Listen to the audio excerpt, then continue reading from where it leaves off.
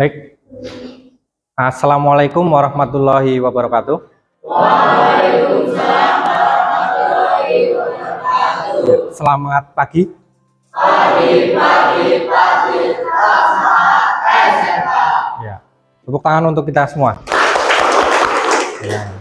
Silakan ketua kelas untuk memimpin doa. Doa mulai.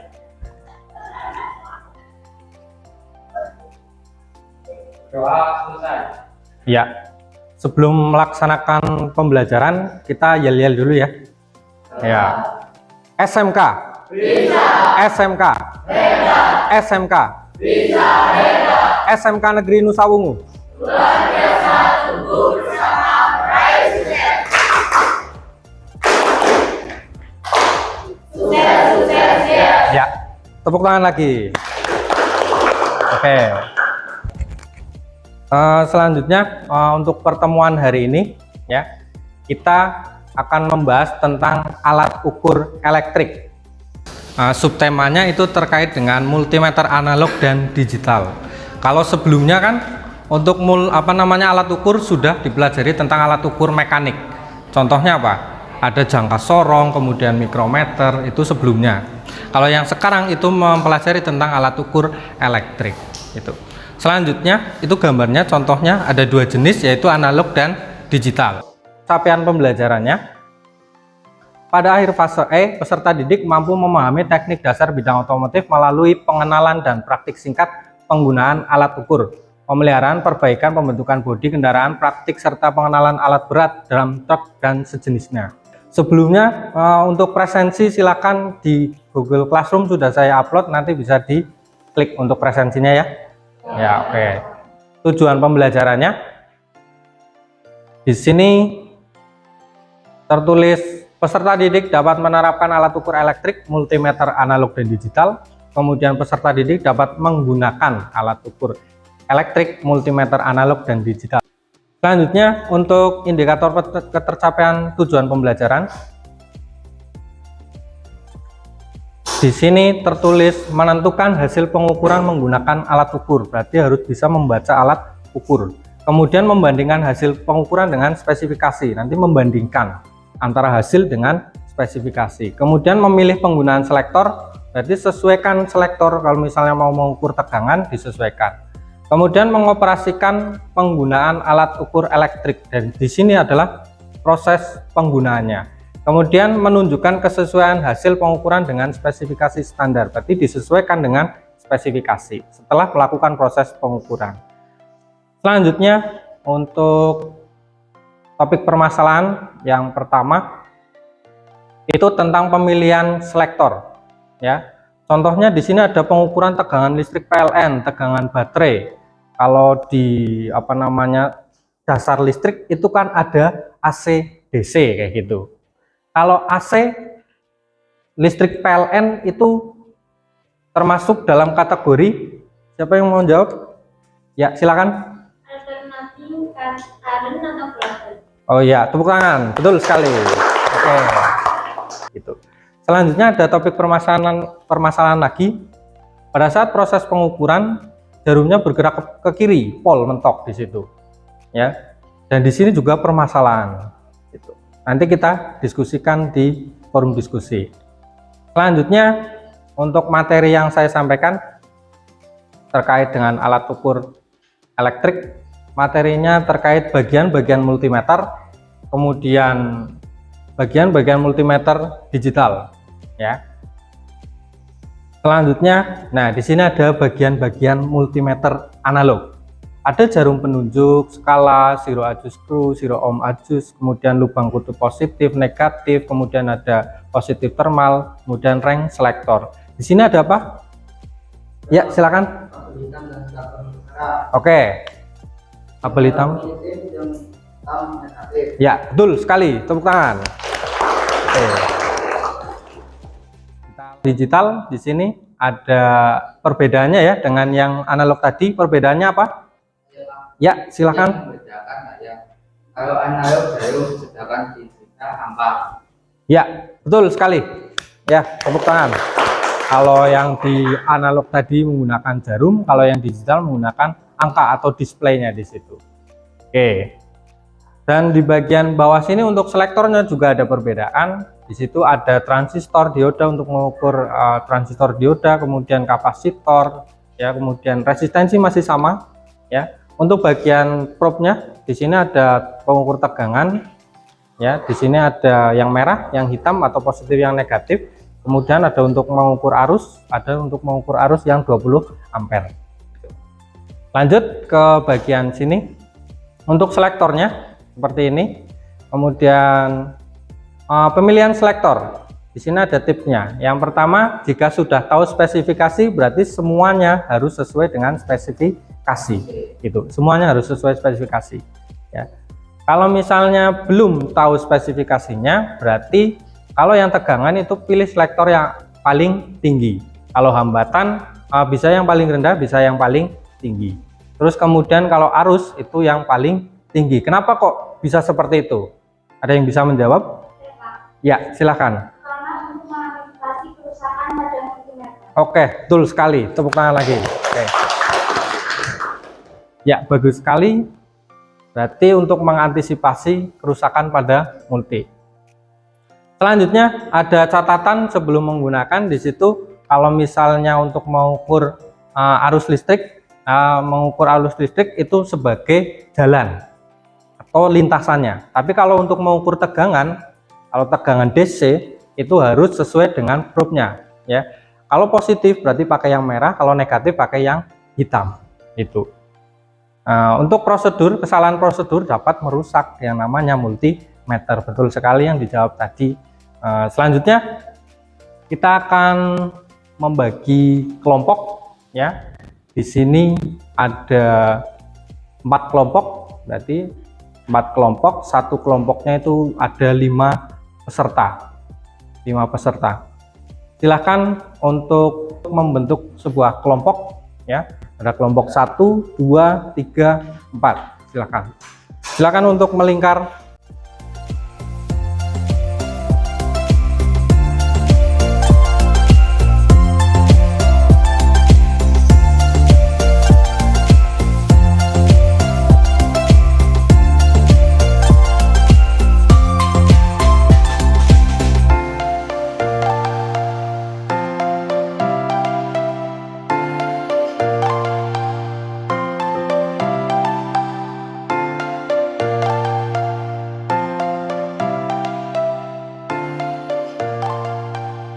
Silakan didiskusikan terkait dengan permasalahan yang tadi. Ya, silakan didiskusikan terkait dengan video yang ditampilkan tadi. Ya, diisi, ya.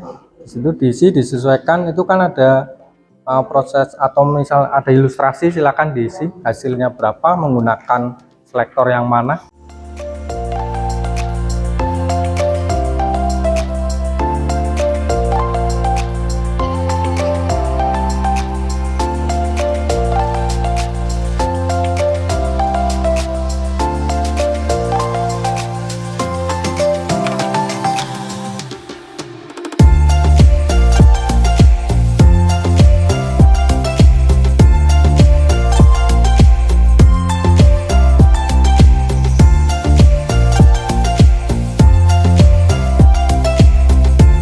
Kelompok 3, ya, gimana kelompok 3, ada masalah pada pengisiannya?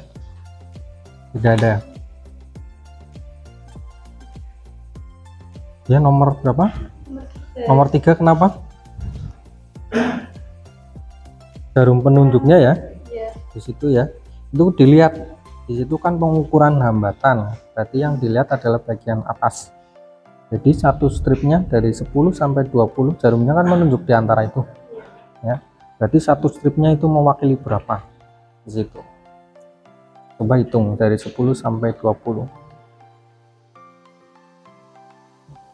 Berapa satu stripnya? 1 ya. 1. Oke, betul sekali 1. Berarti 10, ada 10, 11, 12, 13 sampai 20 di situ. Oke, yang kedua. Bisa dikarenakan pada saat memulai proses pengukuran tidak disesuaikan dengan spesifikasi kita. Oke. Oke, itu. Kami akan mempresentasikan hasil kerja kami. Pemilihan selektor hasil pembacaan standar spesifikasi keterangan. Pemilihan selektor 50 DCV. Hasil pembacaan 9 V. Standar spesifikasi 10 sampai 12 volt. Kesimpulan tidak standar. Oke, lanjut. 5. Pemilihan selektor BCA 0,25 hasil pembacaan 190 ampere, standar spesifikasi 0,15 sampai dengan 0,2 ampere. Oke. Kesimpulan harus ada. Oke, silakan dibacakan analisisnya.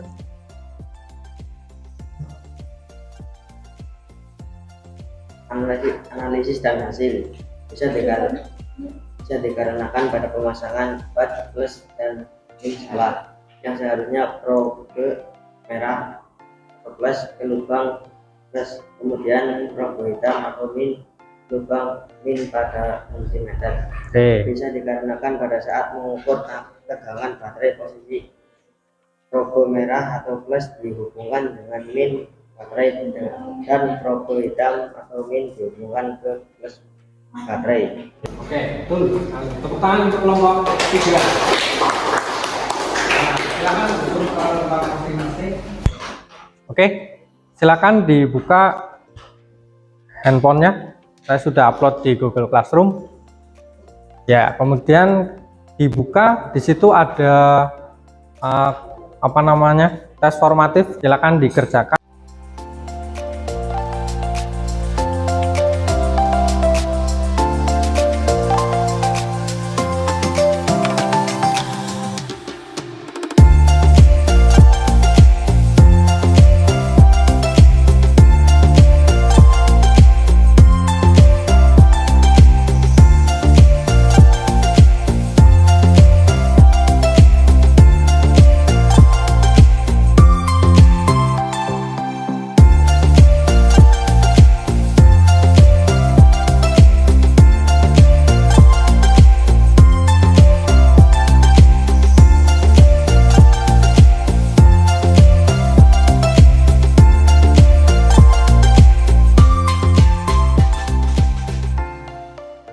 Dikerjakan mandiri ya. Oke, siap. Jangan lupa untuk diklik kirim ya. Ya.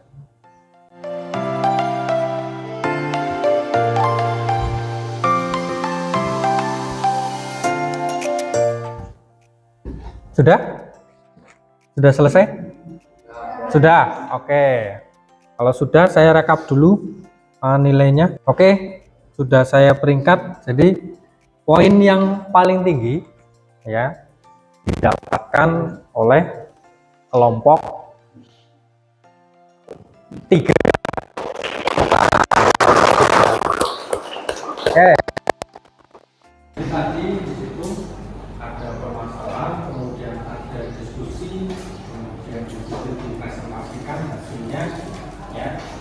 Untuk pembelajaran hari ini apa yang didapatkan? Oke, silahkan. Kesimpulan pembelajaran hari ini adalah tentang multimeter analog, mulai dari bagian-bagian memilih pemilihan selektor serta membaca hasil pengukuran. Oke, betul sekali, tepuk tangan. Ya. Jadi untuk materi yang didapatkan hari ini itu akan diterapkan sama kamu itu di kelas 11, kelas 12 sampai kamu bekerja. Jadi ada materi tentang alat ukur pastinya di situ. Ya. Ada pertanyaan? Tidak ada. Kalau tidak ada berarti nanti kita lanjutkan untuk pertemuan kedua ya. Dilanjutkan untuk proses praktikum menggunakan multimeter analog dan digital. Nanti ada topik permasalahan lagi, nanti didiskusikan, kemudian diselesaikan. Itu saja ya? Ya. Berarti untuk pertemuan hari ini dicukupkan sekian. Silakan untuk ketua kelas memimpin doa penutup. Doa mulai.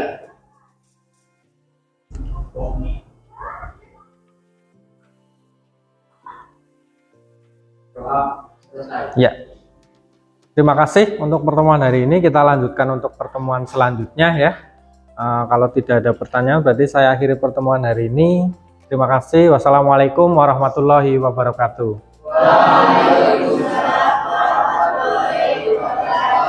Ya, silakan untuk meninggalkan ruangan ya. Jangan lupa dibawa semua. Oke, silakan.